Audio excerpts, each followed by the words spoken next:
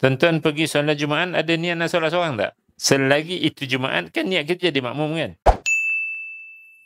Niat berjemaah ketika solat Jumaat.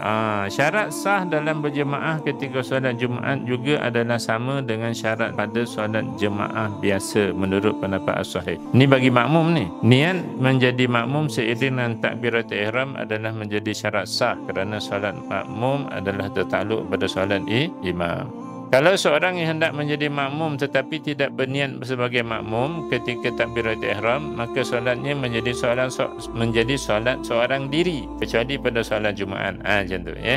Jadi tak sah lah. Solat Jumaatnya langsung tidak sah kerana ia disyaratkan berjemaah. Jadi kalau solat Zuhur dia pergi masuk dalam saf dalam hati dia Allahu Akbar tunai seorang ini macam tu kan. Solat dia jadi solat seorang. Dia tak dapat pahala makmum, pahala berjemaah. Tapi kalau solat Jumaat Allah dalam hati dia aku solat seorang ni tak nak ikut imam ni batal.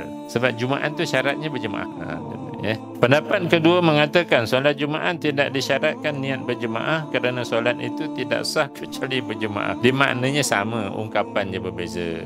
Maka apabila seorang telah berniat solat Jumaat, maka dia tidak memerlukan lagi niat untuk solat berjemaah. Tuan-tuan pergi solat Jumaat ada niat nak solat seorang tak? Selagi itu Jumaat kan niat kita jadi makmum kan? Kan tuan-tuan niat jadi imam. Itulah dia. Dia benarnya sama, cuma dia ulasan.